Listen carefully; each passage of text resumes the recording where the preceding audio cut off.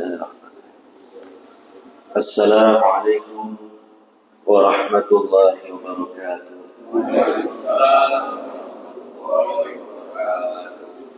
Hamdan katsiran tayyiban mubarakan fihi kama yuhibbu rabbuna wa yardah. Asyhadu an la ilaha illallah wahdahu la syarika lah wa asyhadu anna Muhammadan 'abduhu wa rasuluh. Sallallahu alaihi wa ala alihi wa ashabihi ajma'in wa man tabi'ahum bi ihsanin ila yaumiddin. Udzakirukum jami'an biqaulillahi ta'ala ya ayyuhalladzina amanu taqullaha wal tanzur nafsum ma qaddamat lighad wattaqullaha innallaha khabirum bima ta'malun. Al-ayah ba'd.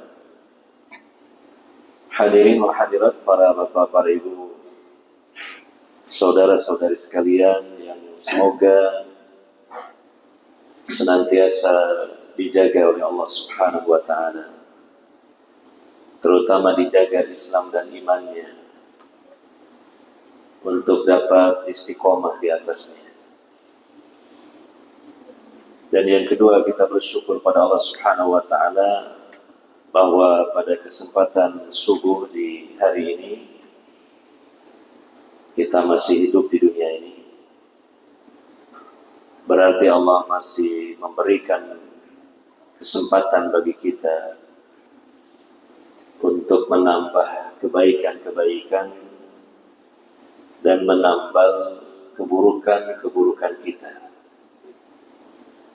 Menambah kebaikan-kebaikan kita dengan kita melaksanakan ibadah kepada Allah Subhanahu wa ta'ala. Terlebih di kesempatan subuh kali ini kita melakukan di antaranya dua ibadah yang sangat agung yang Allah janjikan surga bagi pengamalnya. Yang pertama adalah sholat subuh berjamaah di masjid. Yang kedua adalah hadir di majlis ilmu.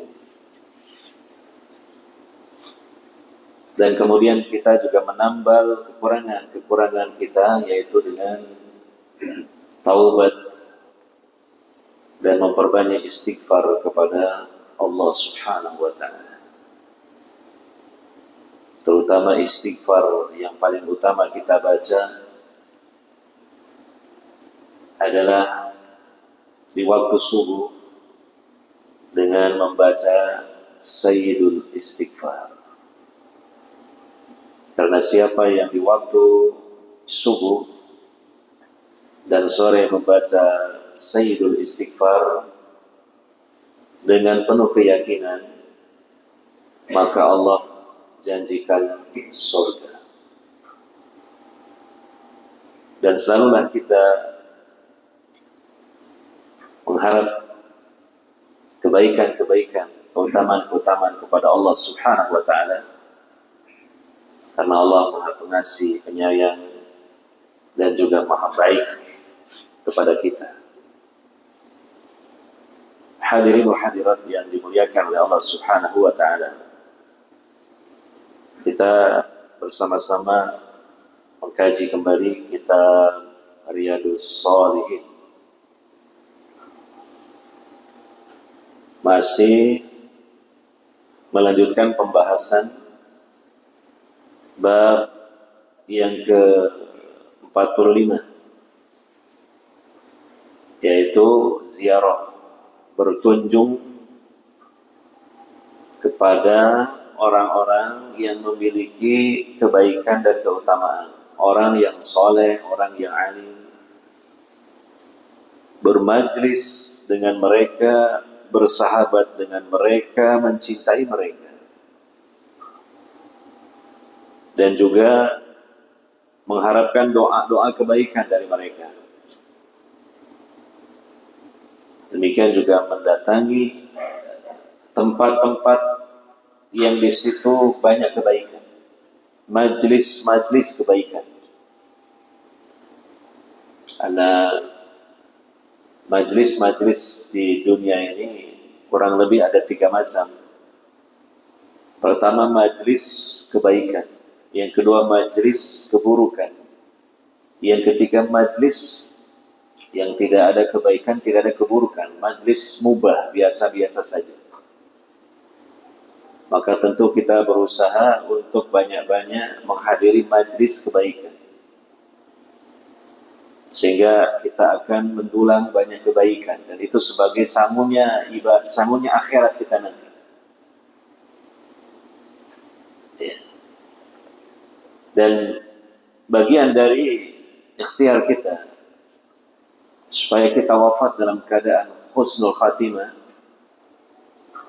maka tentu kita perbanyak menghadiri majlis-majlis kebaikan. Siapa tahu manakala kita sedang berada di majlis kebaikan itu dan kita sedang melakukan kebaikan, Allah mencabut nyawa kita.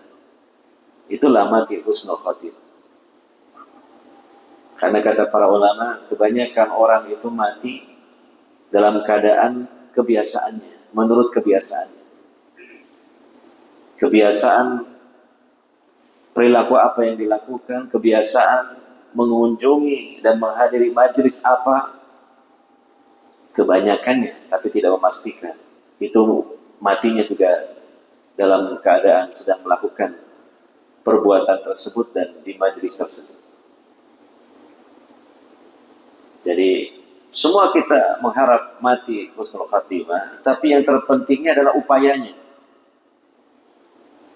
Dengan banyak berdoa kepada Allah Subhanahu wa taala dan mengupayakan memperbanyak, memadatkan kehadiran kita itu di majlis-majlis kebaikan. Kalau umpamanya kita hati ini berbelok, satu ketika berada di majlis keburukan, segera insaf diri dan segera pergi dari majlis itu. Kecuali kalau tujuan kita untuk memperbaiki majlis yang buruk itu menjadi majlis kebaikan, itu lain soal, itu namanya dakwah. Tapi kalau tidak, bergegaslah pergi meninggalkan majlis keburukan itu. Segera kita berpindah ke setidaknya majlis yang mubah, lebih-lebih lagi majlis kebaikan. Majlis kebaikan diantaranya masjid, karena itu tempat ibadah kita, kaum muslimin. Majlis kebaikan apa? Majlis ilmu, seperti sekarang ini. Majlis kebaikan apa? Mendatangi mungkin teman kita sesama muslim dengan niat karena Allah Subhanahu wa taala. Lebih-lebih seorang yang soleh, seorang yang alim, untuk kita ambil banyak-banyak faedah ilmu dan nasihat. Majlis kebaikan mungkin kita mendatangi saudara kita dalam rangka silaturahim. Majlis kebaikan mungkin kita ziarah kubur untuk kita merenungkan tentang kematian dan akhirat dan sebagainya dari majlis-majlis kebaikan yang memang diperintahkan oleh Allah dan Rasulnya untuk kita memperbanyak mengunjungi dan menghadirinya. Nah, dalam bab inilah ya kita membahas tentang hal itu. Sebagaimana hadis yang telah disampaikan pada pertemuan yang lalu, bahwa setelah wafatnya Rasulullah SAW, sahabat Abu Bakar dan Umar ziarah mengunjungi kediaman dari sahabiyah yang bernama Ummu Aiman. Ini seorang wanita sahabiyah yang salihah dan memiliki ilmu, ya. Dan mereka berdua mendatangi Ummu Aiman ini karena mengikuti kebiasaan Nabi SAW dahulu ketika beliau masih hidup, mengunjungi Ummu Aiman. Dan ternyata betul, sesampainya di sana yang dibicarakan hal-hal yang bermanfaat.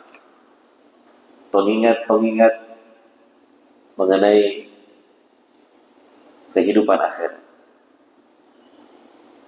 Demikian yang kita telah baca pada pertemuan yang lalu. Kemudian hadis berikutnya yang diriwayatkan oleh Imam Muslim, hadis sahih. Wa an Abi Hurairah radhiyallahu anhu, dari Abu Hurairah, semoga Allah meridai beliau. Anin Nabi sallallahu alaihi wasallam, dari Nabi sallallahu alaihi wasallam, anna rajulan zara akhan lahu fi qaryatin ukhra. Ada seorang laki-laki ziarah, mengunjungi saudaranya, saudara seakidah, sesama muslim, sesama mukmin, di perkampungan yang lain. Jadi beda kampung. Ya, kalau kita sekarang mungkin beda kabupaten, beda kecamatan, begitulah. Jadi agak jauh ya rumahnya, gitu. Bukan tetangga, bukan. Fa'arsalallahu ta'ala ala madrajatihi malakan. Kemudian Allah Subhanahu wa ta'ala mengutus seorang malaikat untuk mendatangi orang tersebut ketika masih dalam perjalanannya. Gitu ya. Jadi orang tadi kan berjalan menuju saudaranya di kampung lain untuk menziarahinya. Gitu. Sebelum sampai ke tempat tujuan, dihadang oleh malaikat sebagai utusan dari Allah Subhanahu wa ta'ala dalam jelmaan atau dalam bentuk manusia. Dan di masa lalu memang hal-hal yang ajaib itu sering terjadi. Semacam diantaranya Allah mengutus malaikat mendatangi seorang manusia dalam bentuk rupa manusia juga, atas kehendak Allah Subhanahu wa ta'ala. Barangkali di antara kita pernah ketemu malaikat dalam bentuk manusia. Kalau memang sudah pernah, coba saya dicapri gitu. Bagaimana itu ceritanya? Iya, tapi saya bisa memastikan kita semua nanti bakal didatangi malaikat, namanya Malakul Maut. Malakul Maut pasti ya, jangan khawatir ya. Akan didatangi oleh Malakul Maut, dicabut nyawa kita. Pasti itu. Cuma tidak bisa dipastikan ini kapan dan sedang di mana gitu. Tapi semua kita harus selalu merasa terancam nyawa kita oleh Malakul Maut ini. Di mana saja kita berada. Sehingga dengan perasaan terancam oleh Malakul Maut ini, kita selalu ingat mati jadinya. Dan kalau sudah ingat mati, ya tentunya kita berusaha untuk selalu berada di atas posisi aman, yaitu di atas iman. Posisi aman di atas iman. Itu menghadapinya kedatangan Malakul Maut yang secara tiba-tiba mendatangi kita untuk mencabut nyawa kita. Pastikan posisi kita di atas posisi aman, yaitu di atas iman. Bukan aman dari tidak bisa didatangi Malakul Maut, nggak bisa. Mau kita bersembunyi di sebuah ruangan yang mungkin tebal, terkunci, Malakul Maut tembus itu. Mau kemana aja kita pergi, mau mungkin pergi ke puncak gunung saja, malaikat maut bisa menghampiri. Tidak ada tempat pun yang tidak bisa ditembus oleh malakul maut. Maka maksudnya kita berada di posisi yang aman itu maksudnya di atas iman. Sebagaimana Allah mengatakan, ya ayyuhalladzina amanu taqullaha haqqa tuqatih wa la tamutunna illa wa antum muslimun wa la tamutunna illa wa antum muslimun, dan janganlah kalian benar-benar mati melainkan di atas posisi aman, yaitu di atas Islam, di atas iman.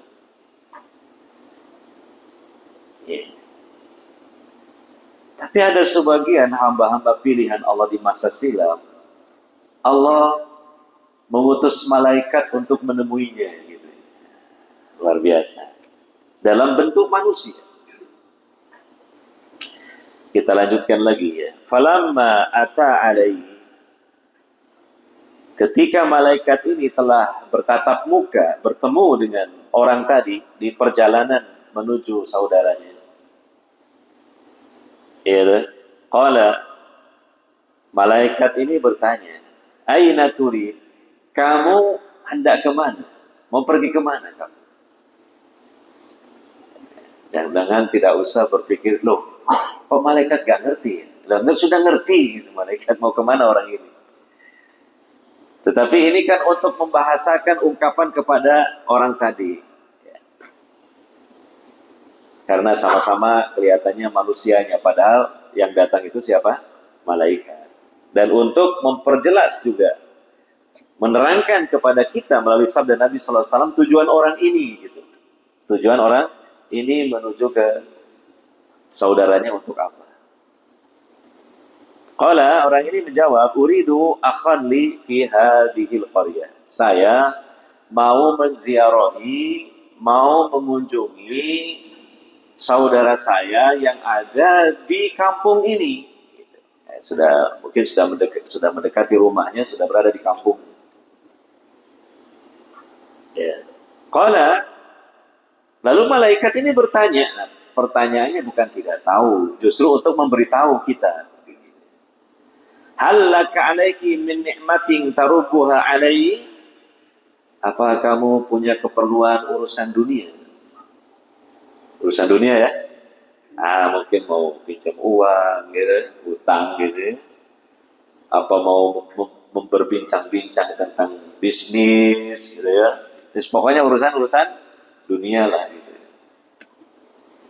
Urusan apa? Dunia gitu. Qala, orang ini jawab, la, tidak.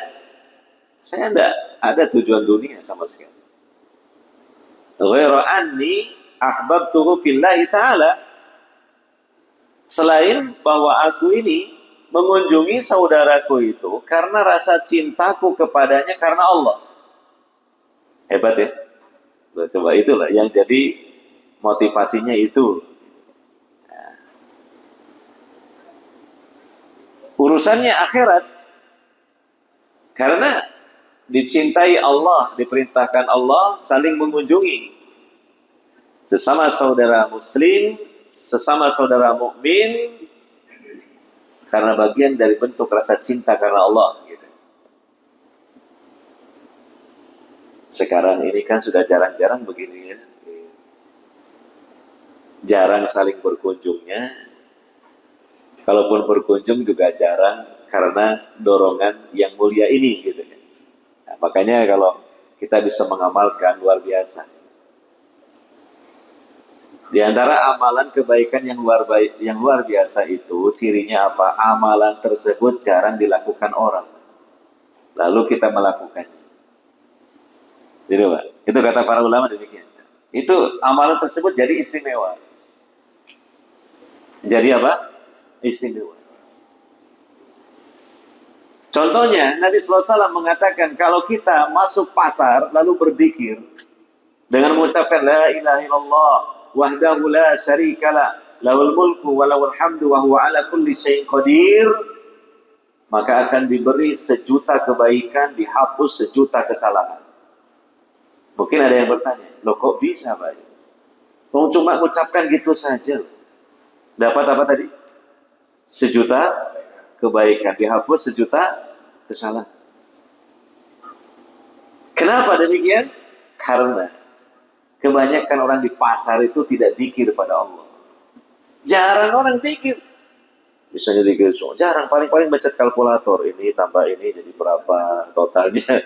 Baca kalkulator.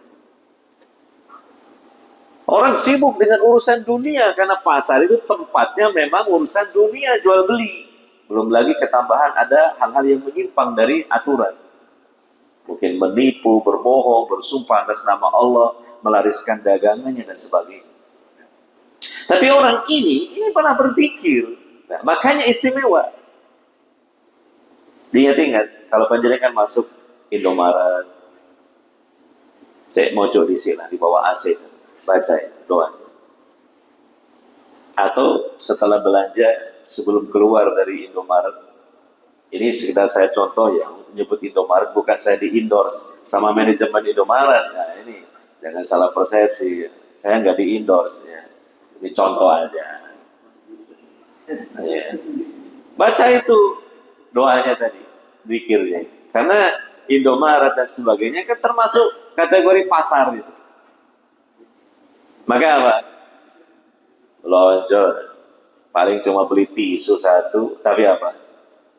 1.000.000 kebaikan didapat, 1.000.000 kesalahan dihapus. Padahal belinya cuma apa? Tisu.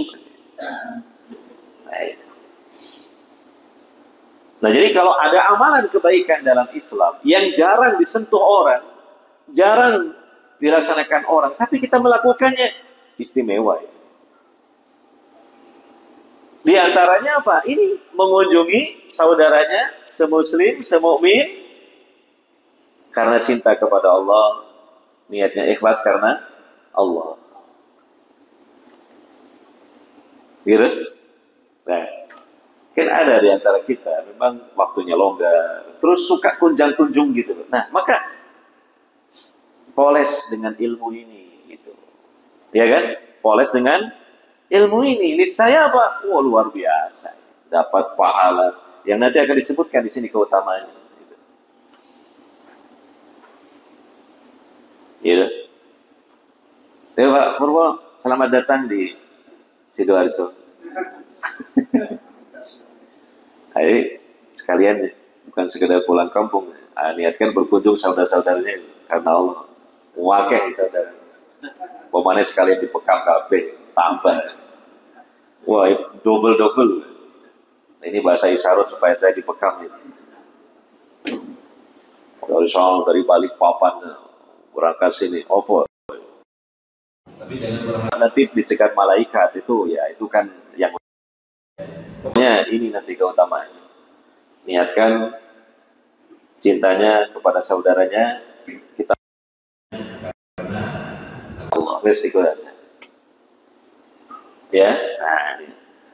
Kita lanjutkan ya. Bagaimana ini keutamaannya? Amalan ini, amalan di zaman sekarang ini yang ini jarang dilakukan orang.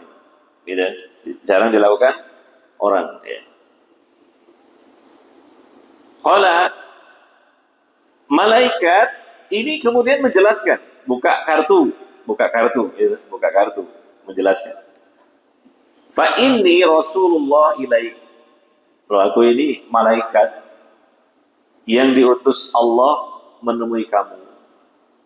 Nah, bi anna Allah qad ahabbaka kama ahbabtahu fihi. Menyampaikan berita gembira untuk kamu. Allah itu mencintai kamu sebagaimana kamu mencintai saudaramu itu karena Allah. Akan luar biasa ini. Berarti apa kesimpulannya? Orang yang mengunjungi saudaranya sama muslim, sama mukmin karena Allah, bukan karena urusan dunia. Tapi kalaupun ada urusan dunia tidak masalah, cuma bukan yang dijadikan nomor 1, bukan menjadi tujuan utama, mungkin nomor sekian. Kalau memang ada, ya bukan tujuan utamanya. Maka orang tersebut meraih kecintaan Allah. Artinya Allah mencintainya. Bagaimana kiranya kalau seorang hamba itu sudah dicintai Allah? Berarti menjadi kekasihnya. Ya. Semua kita tentu mengharapkan dicintai oleh Allah Subhanahu wa Ta'ala. Maka di antara sebabnya adalah dengan ziarah kepada saudaranya karena cintanya kepada Allah Subhanahu wa Ta'ala. Ini satu dari sekian keutamaannya, mengunjungi saudaranya berdasarkan cinta dia kepada dia karena Allah.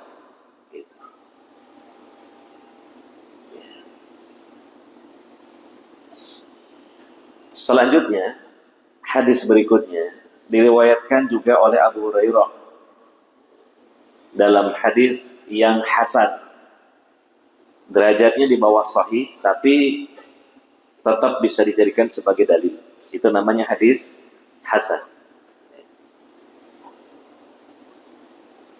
Qala Abu Hurairah mengatakan, qala Rasulullah sallallahu alaihi wasallam. Bersabda Rasulullah sallallahu alaihi wasallam, "Man 'ada maridun."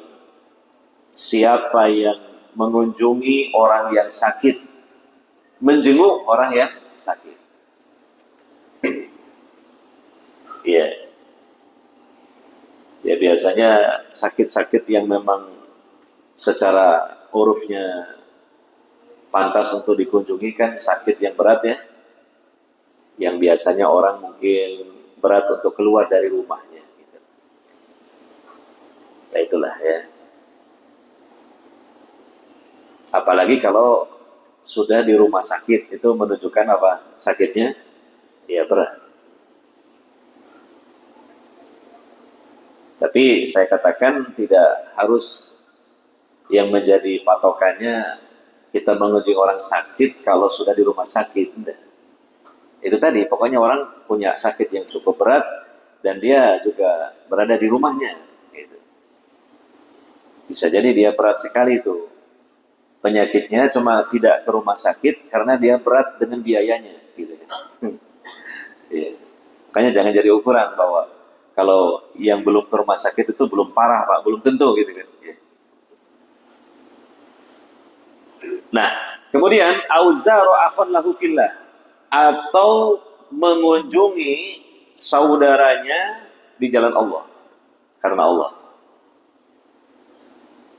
Nadahu munadi, berserulah yang berseru.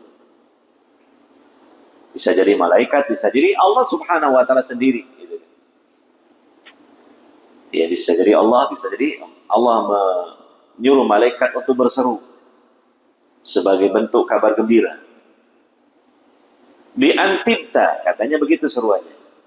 Alangkah bagusnya kamu itu, gitu. Alangkah terpujinya perbuatanmu itu. Wataba mamsaka, dan alangkah bagusnya perjalananmu itu. Nah, dipuji. Ya. Watabawwa'ta minal jannati manzilan, dan kamu telah menyiapkan tempat tinggalmu di surga.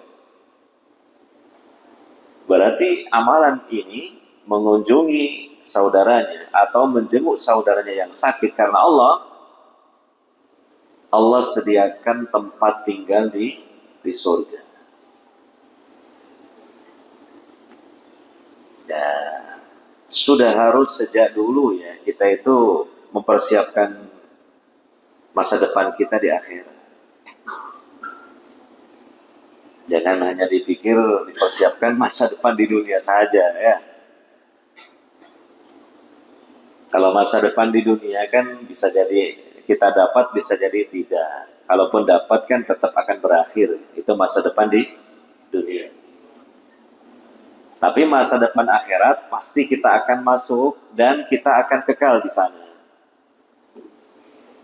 Maka itu harus kita persiapkan dari sekarang, dari dulu sebenarnya. Yaitu apa? Kita persiapkan memesan kepada Allah negeri yang nanti kita akan tinggal di sana, yaitu negerinya surga, bukan neraka. Nah, gitu. Kan tergantung pesanan kita sekarang kepada Allah. Sebab terakhir nanti dalam perjalanan hidup kita di akhirat itu antara surga atau neraka. Kita pesan yang mana? Di surga. Kemudian lagi ditingkatkan lagi dengan apa? Kita di surga itu juga kita perbanyak fasilitas di surga.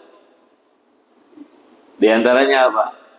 Tempat tinggal yang banyak. Dengan amalan-amalan yang memang disebutkan keutamaannya seperti itu. Termasuk kalau kita dalam sehari semalam melaksanakan sholat sunnah rawatib 12 rakaat, Allah sediakan istana bagi kita di surga.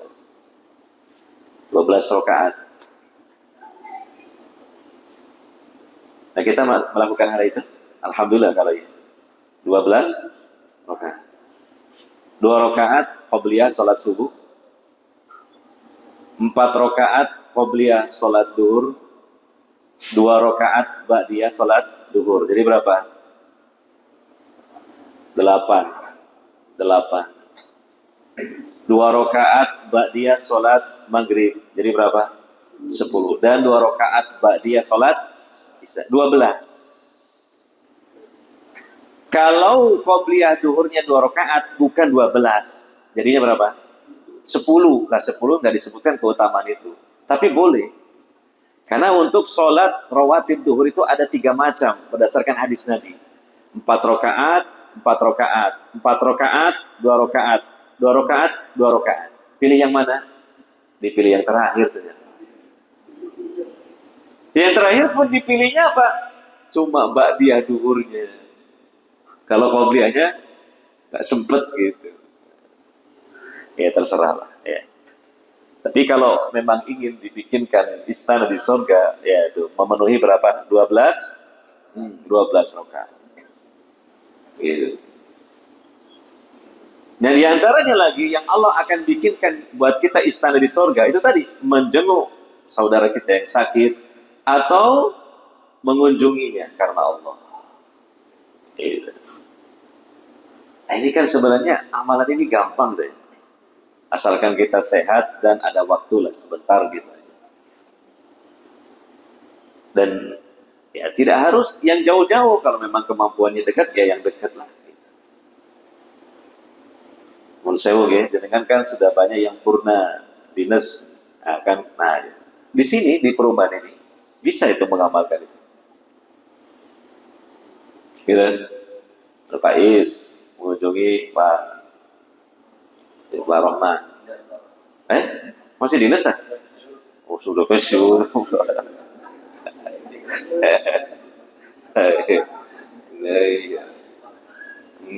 Nanti ini juga sama, balas gitu kan. Gitu. Ya gitu, kan bisa kalau mau mengamalkan gitu. Gitu. Pak Endro mengunjungi Pak Pur atau bari papan ya atau gitu. Apa ini bagus, kan dekat gitu. Paling mana sana nanti disuguhi kopi tanpa gula, alhamdulillah. Itu kan itu nilai plus, nilai plus kan gitu. Namanya juga berkunjung itu ada sajalah manfaat yang lainnya kan gitu. Nah, itu kan sama itu namanya ziarah kan, mengunjungi karena rasa cinta, ya kan? Dan itu bagian dari mempererat ukhuwah Islam. Sesuai dengan nama masjid ini, ukhuwah. Al-ukhuwah. Lebih-lebih lagi kalau sakit, nah itu. Ada yang sakit, kalau nggak kelihatan jamaah di masjid, gitu kan. Waktunya kalau kita ini longgar, gitu. Waktunya longgar ngapain yo, gitu kan. Nah, cari kesibukan. Di masa-masa purna tugas itu kan memang ya cari-cari kesibukan, tapi harus yang bermanfaat dan mendatangkan pahala. Gitu. Nah, diantaranya apa? Ziarah, mengunjungi. Tiba di tengah jalan ketemu sama yang kata lagi, nang omah sampean. Wah, aku ya podo kata nang omahmu. Piye gini kalau gini? Ya, gimana caranya ini kalau gini? Luar biasa ini. Itu ya Allah, solusi dari ini. Ya. Ketemunya di tengah jalan coba, sama-sama mau saling mengunjungi. Menurut sampean kira-kira ya apa enak ya kalau gini? Hah? Lama nang warung kopi. Jadinya kurang abdul. Kalau warung kopi, oh enak, ada musik-musik. Wah, ini jadinya jadi gak sesuai dengan Riyadhus Shalihin kalau begini. Terus gimana? Ya ini aja. Ini apa ya? Pempimpin gitu. Nah aku menang berarti sampean aku aja nomormu, aku menang ya soalnya. Soalnya keutamaannya itu yang paling besar kan yang mengunjung itu daripada yang dikunjung. Nah, aku pempimpin ini menang, berarti aku nak omahku. Balik yang orang tadi. Nah, nanti mungkin bisa besok-besok lagi bergantian. Apakah seperti itu masuk ya dalam hadis ini? Iya, sama itu. Tidak harus ke yang jauh, gak harus gitu. Yang dekat-dekat, nah, bisa. Ya. Cuma kan kalau semakin jauh ya tentu ya ganjarannya semakin besar juga karena kan di situ ada pengorbanan yang lebih. Iya. Nah, jadi berarti apa tadi? Di antara keutamaannya apa? Disediakan rumah atau istana di surga. Cuma amalannya gitu saja. Iya. Nah, ini keutamaan yang sangat besar sekali. Dan apa ya? Kalaulah Allah menyediakan rumah istana di surga, ya orang itu pasti masuk surga. Lah percuma kalau disediakan rumah di surga, orangnya tidak dimasukkan oleh Allah ke dalam surga. Kan gosopo. Tapi kan gosopo nganggur omai. Ya, itu otomatis begitu itu. Jangan punya pemahaman yang jeleneh. We omah akeh go swarga, tapi gak melebu swarga. Lu kan go sopo. Ya pastinya pemahamannya ya orangnya dimasukkan ke dalam surga, lalu ditambah fasilitasnya gitu. Dan tidak masalah. Umpamanya kita punya banyak istana, gak akan kerepotan kita di sana. Jangan disamakan dengan di dunia. Ya pengurusnya ngerawat listrik kayak PDAM. Di surga bicara listrik PDAM. Nah, gitu. Jangan disamakan dengan keadaan di dunia. Kita umpamanya di surga punya real estate gitu aja, ya tambah nyaman, tidak ada masalah, tidak ada kerepotan. Itu namanya fasilitas plus jadinya di surga.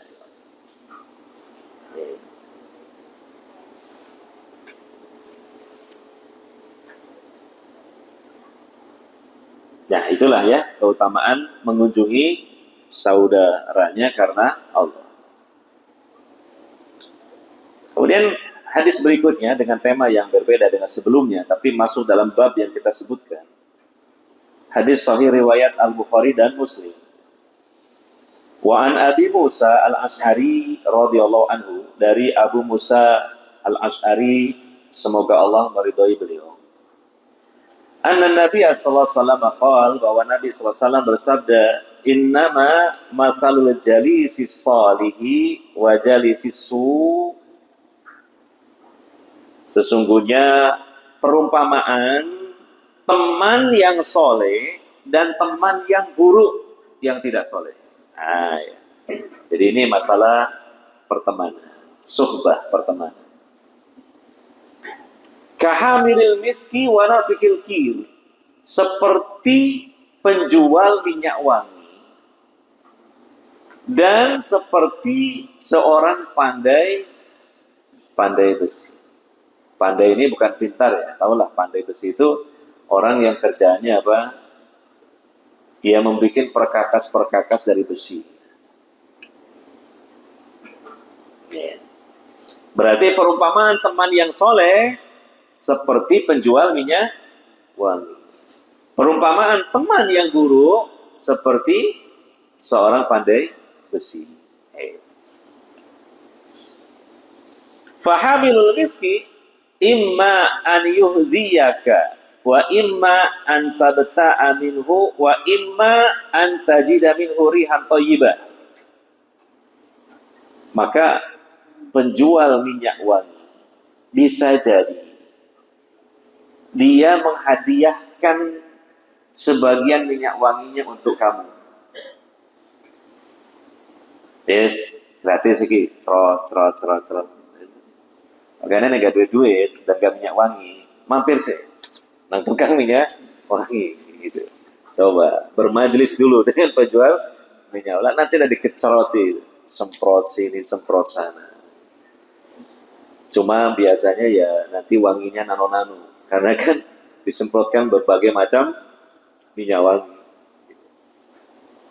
Mari minyak malaikat subuh 1000 bunga. Mari ngono apa? Silver. Apalagi? Sama nggak apa? Minyak wangi jeneng-jenenge. Apalagi? Serimpi. Oh, serimpi itulah minyak buat jenazah. Serimpi. Tapi lumayan lah, intinya kan jadi badan pakaian kita semerbak wangi kan gitu kan. Nah, namanya diberi hadiah. Atau kadang-kadang dikasih toples kecil misalnya. Wah, ini loman berarti penjual. Atau bisa jadi kamu membelinya, ya beli, karena tertarik. Ada uang, ada minyak wangi yang bagus, ya, kita belilah minyak wangi, dapat minyak wangi. Iya, kena racun, kena rayuannya tukang minyak wangi. Hanya kita yang awalnya tidak berniat beli pun jadi membeli. Atau kamu setidaknya akan mendapati aroma wangi di sisi orang yang jual minyak wangi. Kan lumayan sedep-sedepan. Ini gawe aroma terapi. Ya, aroma terapi. Karena kesukaan Nabi SAW, itu kata Nabi SAW, yang membuatku suka dari urusan dunia kalian itu dua. Mohon maaf, pertama wanita, yang kedua minyak wangi. Nah, dengan kan sudah punya istri, tinggal yang belum apa ya? Minyak wanginya. Kalau bisa punya lah ya, untuk sholat ke masjid, apalagi pas hari Jumatan itu sunnah, jadi dapat pahala plus. Nah, dan itu mengikuti kesukaan Rasulullah Sallallahu Alaihi Wasallam. Dan laki-laki kan lebih bebas memakai minyak wangi, tidak seperti perempuan. Kalau perempuan ketika keluar dari rumahnya jangan pakai minyak wangi. Iya. Kalau laki-laki, di mana saja kita pakai minyak wangi. Yeah. Ada nilai lebih itu kalau orang suka pakai minyak wangi itu. Dan orang kan suka kan gitu. Dan ketika dia berzikir, baca Quran, beribadah dengan kondisi wangi, ini sunnah, kondisi yang lebih baik. Mohon maaf, saya tidak di-endorse penjual minyak wangi ya. Kalau sampai khawatirnya gitu. Enggak, kan saya tidak menyebut minyak wangi tertentu merek. Nah, ini kesukaan Rasulullah Sallallahu Alaihi Wasallam. Nah, itulah gambaran perumpamaan kalau kita punya teman yang soleh, kecipratan kebaikannya, kecipratan kesolehannya. Ikut kita, katut nama baiknya. Oh, ternyata panjenengan temannya Bapak itu ya, Masya Allah. Nah, kan gitu. Nah, berarti kan terangkat sedikit nama kita juga. Nah, itu tadi semacam mendatangi orang yang jual minyak wangi. Sebaliknya, orang yang berteman dengan teman yang buruk. Nah, teman buruk ini seperti seorang pandai besi. Wa nafikhul kir. Imma an yahriqa siyabaka, bisa jadi kamu mendatangi tukang pandai besi, mungkin pakaianmu terbakar api ya. Wa imma antajida minhu rihan muntinatan, atau setidaknya kamu akan mendapati bau yang busuk, bau yang tidak sedap. Nah, kalau kita bertemu dengan orang yang buruk, mungkin terpengaruh dengan keburukannya, ikut-ikutan. Atau paling tidak, walaupun gak ikut-ikutan, nama kita jadi tercemar. Pak, sampean lah teman akrabnya si fulan. Iya, opo, saya diciduk oleh aparat. Opo, terlibat narkoba. Loh, kan nama kita, waduh, konco gue. CS. Kan katut sedikit-sedikit. Nama kita jadi kurang bagus gitu. Nah, ini contohnya kalau kita mendatangi tukang pandai besi. Kalaupun pakaian kita nggak terbakar, yang minimal kita mendapati bau yang tidak sedap. Artinya ini pesan dari Nabi SAW dengan perumpamaan seperti ini. Berusahalah kita memiliki teman, apalagi akrab yang soleh. Kalau untuk perempuan yang soleha. Ya, pertemanan ini ya. Kalau misalnya ada teman kita kurang soleh, coba diusahakan biar soleh. Intinya teman yang dekat dengan kita itu diusahakan teman-teman yang soleh. Karena teman akrab ini sangat besar pengaruhnya terhadap kepribadian kita. Akan berpengaruh. Iya. Kata Nabi SAW dalam hadis yang lain bahwa orang yang biasa menggembala kambing itu akan terpengaruh dengan kambing.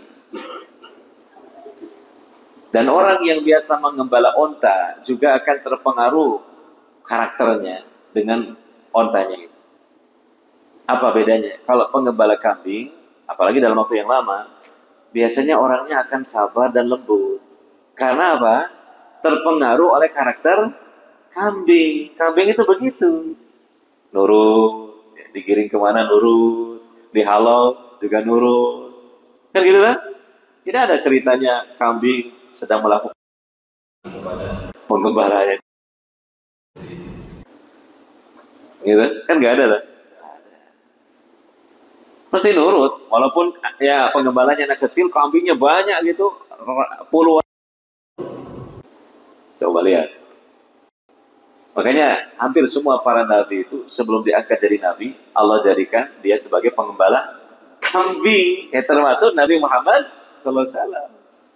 Nah, ini peluang yang sudah purna dinas. Nah, bisa itu pelihara kambing.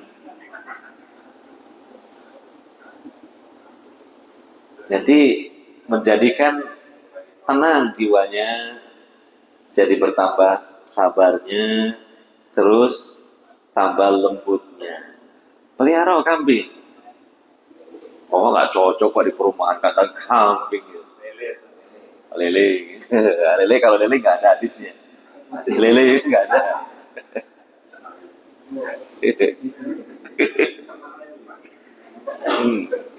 Kambing, ya kan memang kambing. Lah berarti ya apa nih kalau di perumahan sini ya berarti sampean harus pulang kampung mungkin. Nah, terus di sana pelihara kambing. Tenang insya Allah itu. Maka disebutkan dalam hadis di akhir zaman ketika betul-betul meroyaknya fitnah, orang yang selamat itu orang-orang yang tinggal di lereng-lereng gunung sambil memelihara kambing. Memelihara kambing.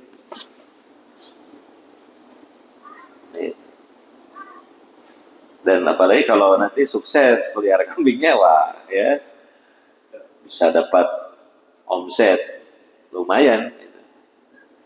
Terutama waktu Idul Adha itu panen-panennya itu. Nah ini inspirasi nih Pak. Ya, jadi kan kalau bingung, ini saya punya duit banyak, ini kayak bisnis apa itu? Gitu? Jangan ternak uang, itu namanya apa? Riba. Ternak uang, ternak kambing. Gitu. Nanti akan mempengaruhi karakter kita. karakternya kambing ya, sebagian itu juga masuk ke kejiwaan kita. Jadi sabar, tenang, lembut. Itu kata Nabi demikian. Nah, sementara kalau orang biasa mengembala onta, onta itu cenderung galak, beringas, agak susah diatur. Maka apa? Berpengaruh kepada karakter orang. Orangnya juga jadi keras. Orang jadi keras. Mungkin kadang suka teriak-teriak. Gitu. Karena kesehariannya begitu. Ketika dia berternak onta. Nah, ini pelajaran. Kalaulah orang itu berteman kesehariannya dengan binatang saja, ketularan perilakunya dan karakternya, lebih-lebih lagi kalau berteman dengan sesama manusia, gitu. Sama manusia. Tapi jangan dijadikan satu rumusan. Ini orang lembut, paling-paling Pak sampai pelihara kambing ya belum tentu, gitu loh.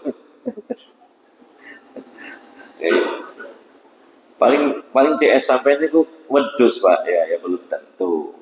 Memang orangnya lembut, sabar. Nah, jadi jangan dibalik seperti itu pemahamannya. Ini Mas David ini mana kelihatan? Mas David. Oh, izin aja. Oh. Ya Pak, sampean Pak ya. Pelihara kambing ya. Sampean. Oh iya. Sampai sekarang. Loh, kambing. Di mana kambingnya? Oh, di sana ya. Tapi agak jarang bergaul kalau di Tebel sana ya dengan kambing. Ya, di sana mungkin ada staf pemelihara kambing ya. Maksudnya ini yang memang digembalakan sendiri, itu yang berpengaruh. Ya kan? Dalam tiap hari dia sering sama kambingnya gitu. Nah, itu menimbulkan ketenangan dan juga akan menjadikan kita terpengaruh, sabar. Gitu. Ada bagusnya begitu. Ya. Yeah. Kemarin ini jamaah gua buyar KB, pulang kampung KB. Apa pelihara? Yo cok lah, kok segitunya. Gitu. Bebek. Nah, bebek gak ada hadisnya begitu ya, pelihara bebek. Gitu. Pak Farid mau pelihara bebek. Nah, ini kambing ya, tidak bisa diganti dengan ya binatang yang lain. Gitu. Dikias-kiaskan gitu. Ya. Pelihara bebek tiba-tiba juga pengamalannya malah buka showroom jualan sepeda motor bebek. Nah, kembali lagi ke pembahasan ya. Jadi perumpamaan ini ya cukup bagus dengan hal yang sederhana. Masalah suhbah tadi, pertemanan, CS-an istilahnya. Dan yang dimaksud di sini teman akrab ya, bukan cuma teman hanya sesekali ketemu, jarang ketemu lah. Ya. Atau mungkin teman di majelis itu kan jarang ketemu. Ya. Apalagi cuma teman duduk satu tempat duduk di kendaraan umum gitu. Nah, bukan itu. Jadi memang teman akrab, teman dekat. Cobalah kita tengok ya, teman akrab kita siapa dan seperti apa. Barangkali perlu ada teman kita itu yang kita DO, apa DO? Kita pecat. Karena orang ini buruk ini, suka mempengaruhi saya dalam keburukan dan uangnya dituturu ini. Wes jaga jarak saja. Ya jarang ketemuan aja, jangan terlalu dekat. Betul? Jadi sering mempengaruhi dalam keburukan. Ngajak maksiat, ngajak apa? Maksiat. Enak itu aku menang judi online. Coba awakmu. Siapa tahu nanti keberuntungan berpihak kepada kamu sehingga kamu nanti jadi orang kaya mendadak kan gitu kan. Ya. Namanya teman buruk itu gitu. Ingin juga menyampaikan keburukannya biar diikuti sama temannya. Enak kon kayak aku loh. Cuma totoan sakmeni oleh sakmeni gitu loh, ya kan? Itu namanya teman buruk.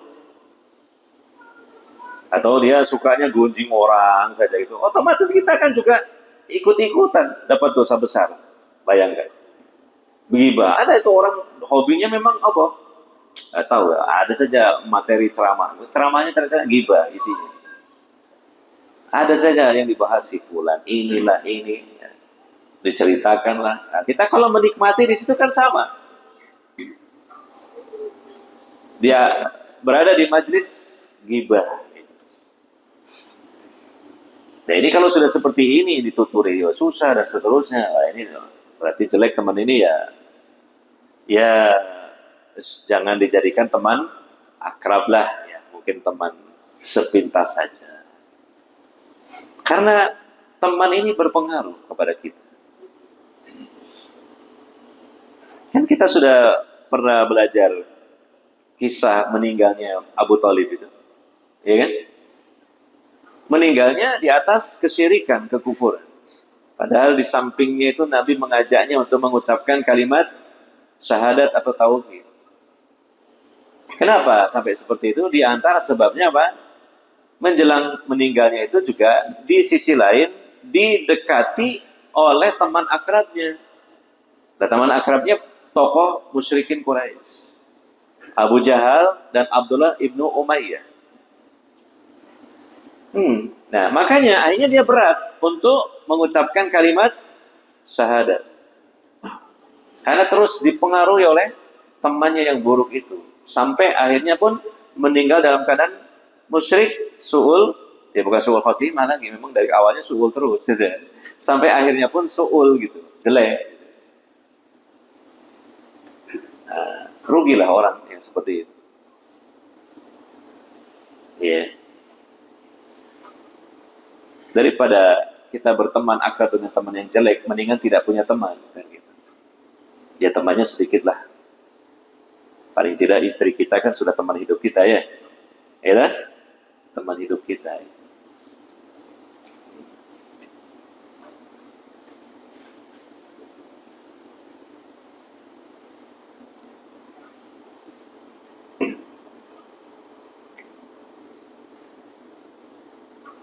Baik. Ya, mungkin itu saja, saya kira, sementara, karena mengingat waktu. Mungkin kalau ada yang mau ditanyakan, disilakan, barangkali. Tapi jangan tanya, tips-tipsnya pelihara kambing. Saya nggak menguasai. Tanya aja sama Bapak itu.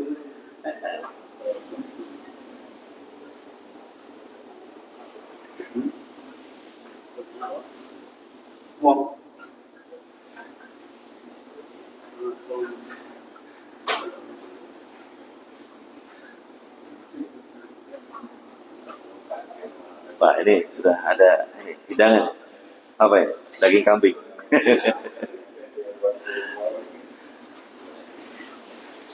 Oke, sudah waktunya ya untuk sholat sunnah mungkin. Ya, kita akhiri sampai di sini. Mohon maaf dari saya kalau ada sesuatu yang kurang berkenan di hati. Barakallahu fikum. Subhanakallahumma bihamdika asyhadu an la ilaha illa anta astaghfiruka wa atubu ilaik.